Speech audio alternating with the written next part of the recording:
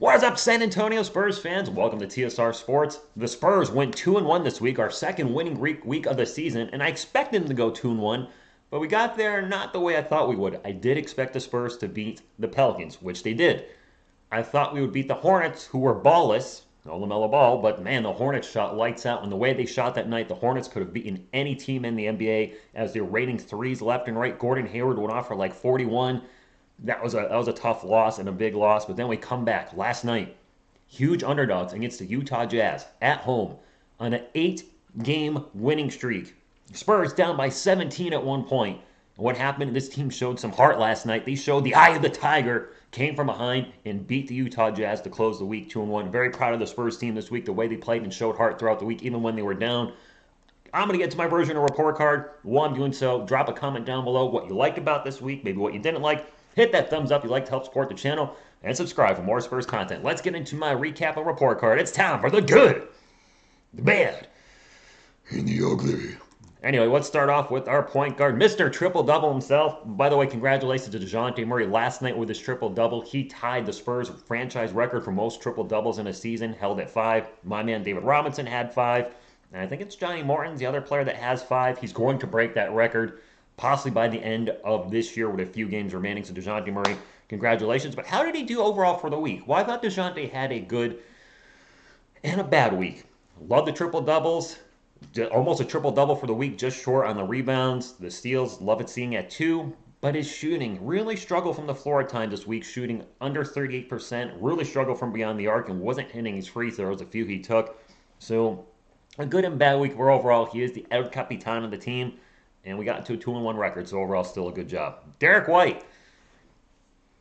What can I say? I feel like I'm becoming a broken record the last few weeks with Derek White, where overall a good week.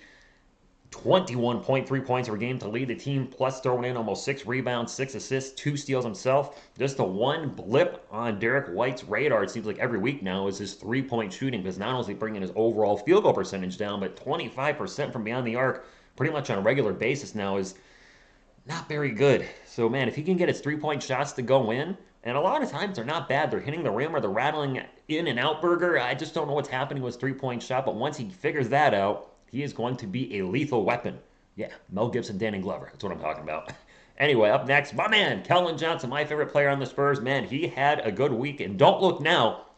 Keldon Johnson, I checked this morning, is 4th in the NBA in three-point shooting. He was 10 of 17 from threes this week, which is a ridiculous 59% from beyond the arc. He hit his free throws too and finished the week averaging just about 21 points per game and 5 boards, and I think that's where Keldon can be on a regular. I think he can average 20 points per game. He just needs to touch the ball more, and if he's hitting his threes the way he is right now, he's been so freaking hot since that terrible start in the first 10 games of the season, shooting 14% from beyond the arc. He could be also, he'll be our version of Die Hard. I don't know, I'm throwing out my Christmas movies. Lethal Weapon and Die Hard. Don't hashtag me. They're Christmas movies in my opinion. But Keldon, great week. Keep launching those threes. Up next, Dougie McBuckets, Doug McDermott, Doug McDormand. Y'all have a ton of names for this man. Overall, I thought this was a good bad week for Doug.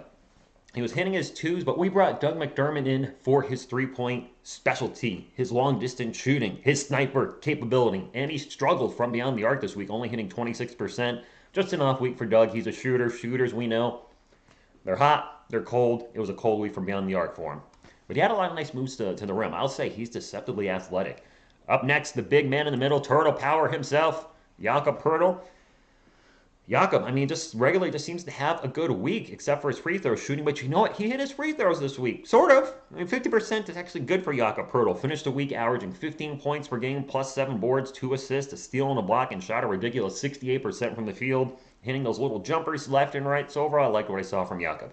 Let's go to the bench. Lonnie. He did miss a game because he had poopitis. But overall, I feel like Lonnie Walker has finally turned a corner. In his 2 games, he shot 46% from the field and averaged 15 points per game, which is finally trending in the right direction. We have 4 players, by the way, average 15 points or more. We are a very balanced Spurs team. But I'd be remiss if I don't mention Lonnie hit an incredible game winner last night versus the Jazz, drove into the paint, collapsed their defenders left and right, threw up a very difficult shot and hit the game winner. Has been working with Manu Ginobili lately because Lonnie's game really seems to have stepped up over the last 4 games, and I hope this young man has turned a corner, whether it means another contract with the Spurs next season or another contract with another NBA team. I'd hate to see him leave, not get another opportunity, but I love the way he's been playing lately, and if he plays like he has been the last 4 games or the rest of the season, he will be a Spur again next year. So keep it going, Lonnie. Up next, Devin Vassell. Overall, I thought Devin had a good week. You look at his field goal percentage, probably like, Rich, he only shot 38% from the field, but a lot of that was contributed to his rough outing against the Pelicans where he shot 1 of 7 from the field. I still like what he's doing defensively. He's creating his own shots. He's not shy to throw it up when he's open. So overall, Devin, keep up the good work off the bench. That's all I got for that. Drew Eubanks, look at those minutes. Just under 10 minutes per game. I'm starting to wonder, was Jacques Landale getting legit playing time last night when it mattered? Could Drew slowly start to lose his backup role as our backup center? I don't know. I love Drew Eubanks' Thunder Dunks of Justice. He's our best dunker on the team. Obviously, Lonnie's more agile, but as far as just sheer power, nobody puts it down harder right now than Drew Eubanks. Kelvin probably second on the team, but Drew right now is just the most ferocious dunker we have. But man, when he's in the game, last night he played, I think, 7 or 8 minutes and had like a -12. Jacques Landale was part of the big comeback. He played even just slightly less minutes, but it was a +14. And I know Spurs fans are going to look at that and say, one guy's, appears to be hurting the team. The other guy appears to be helping. It's limited capacity or limited testing, if you will. If we see more games like this, though, when Drew's on the floor and he's just putting up, I know box plus minus, some of you don't believe in it, whatever, but if he's just constantly, the Spurs are losing leads when he's in there and the Spurs are retaining leads or getting leads when Jacques Landale's in it, we might see the switch sometime next year. Last but not least, working his way into Bryn Forbes' spot, because Bryn had an odd week. We'll get to that in a minute.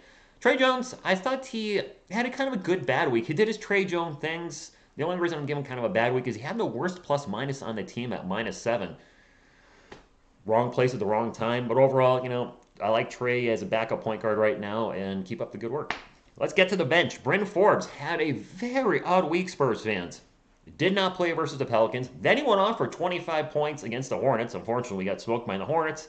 And then he played 4 minutes last night versus the Jazz and scored as many as I did, 0. So a very odd week for Bryn Forbes. I really don't know what his defined role is in the team. It feels like he's got the role of come off the bench, and if a few of your shots go in, they'll stay in there to some extra firepower offensively. If your shots aren't going in, it's going to be a 3 or 5 minute experiment and sit your butt down because you're not playing anymore. So weird season for Bryn Forbes to be sure.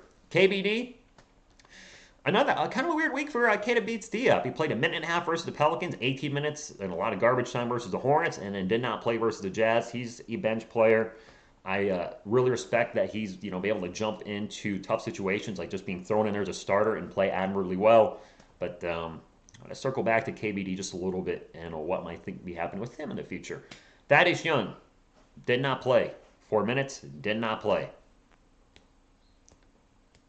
You know what this is? This is Thaddeus Young yapping. My man, I don't think being publicly vocal about how unhappy you are in San Antonio is going to help your situation. And clearly it hasn't, because now he's getting pretty much no playing time, and I got to think all this blah, blah, blah, blah, blah may be hurting his trade value. I have nothing against Thaddeus Young, but you know what? Team players, whether they're playing or not, shut up. And he's been opening his mouth, and I don't want him here anymore. I'm sorry. You know what? I understand you're unhappy, but talk to your teammates about it. Talk to your head coach. Don't go public with this stuff because it's a bad look for you, and you may have hurt your trade value. So thanks a lot, bunghole. Anyway, Jacques Landale. We got to talk. Jacques Landale got his first real minutes last night in that +14. The limit actually got. He did hit a 2-pointer, a beautiful move in the paint. He did airball a 3, but overall, I thought he looked decent on defense. That's the one knock I've seen in reviews about Jacques Landale is he's not good defensively, doesn't move well laterally. Overall, now granted, I'm calling this game live. I'm talking to the chat. I'm looking at the TV. I'm changing the score, so my eyes aren't always on the screen. But from what I could see, I thought he looked good defensively. Correct me if I'm wrong in the comments down below if you saw something you didn't like, but I liked what I saw from Jacques Landale last night. And maybe, just maybe, next year, maybe he'll take up the backup role, and we'll have the Jacques and Yak connection. That's going to be such a tongue twister. Or Yak and Jacques connection, whatever you want to call it, but I like what I saw last night in limited action. The next 3 guys are our G League guys. I wanted to talk about them because they did not play at all this week for the Spurs in the NBA, but I want to talk about their seasons overall. So Josh Primo has played 10 games with the G League, shooting 41% from the field, only 31% from beyond the arc, averaging 17 points per game. So right now, I think that is the best place for him. Yeah, he's had some big moments with the Spurs when he's on the court, but overall, I think that's the best place for him right now. He's 18 years old, just kind of, get his game down and, just get more comfortable with the NBA style type of play while he's in the G League. Joe Wieskamp did not play at all this week. 11 games in the G League. He's shooting 37% from the arc and averaging 14 and 5, so he's doing well down there. But the man I really want to talk about, our favorite last name of any Spur right now, Devontae Cacok. He's been killing it in the G League. He didn't play with the Spurs this week, the San Antonio Spurs, but in 12 games, he's shooting 63% from the field, averaging about 21 points per game and 12 rebounds.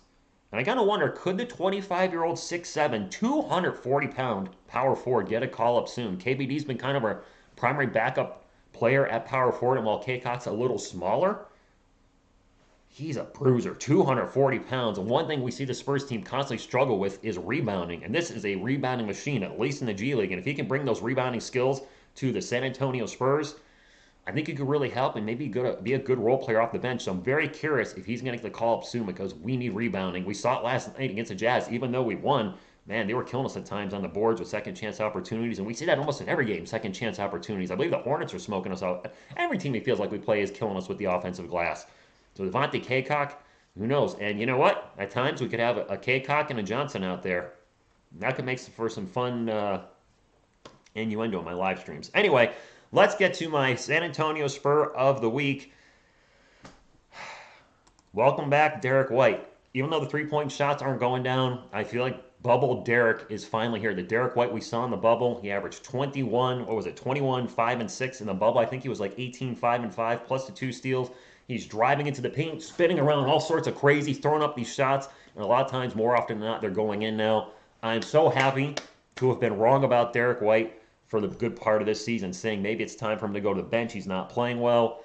Is he a part of the Spurs' future? And I love it when Spurs, like Derek right now, and Lonnie, especially not to Lonnie, absolutely make me eat some crow. I'm happy he is playing the way he is, showing us that he did deserve that contract. Keep playing like this, and the Spurs could be a very surprised team throughout the season. I don't know if they're going to be able to make the playoffs or even the play-in, but they're going to win some games that they probably should have lost and really surprise some teams and maybe catch some teams sleeping. So Derek White, I love what you're doing, my man. Keep up the good work. Up next for the Spurs, we got the Kings. Hopefully tomorrow. I hear there's some issues with the you-know-what, the CO to the V to the ID. So hopefully that game is still good to go. That is Sunday. Then we got the back-to-back LA games, like the Clippers and the Lakers. Those are both 10:30 Eastern time games, so I'll be up late for those. But let's see if we can go 2-1 next week. Looking at that schedule, I think most people would pick us to go 1-2 or 0-3. Let's get another winning weekend. Let's get a 2-1. Who knows? Maybe even a 3-0. That would be a great way to, for a Spurs Christmas, is to go 3-0 against 3, pretty darn good teams. So that's all I got, my friends. Thank you so much for tuning in. And as always, go Spurs, go!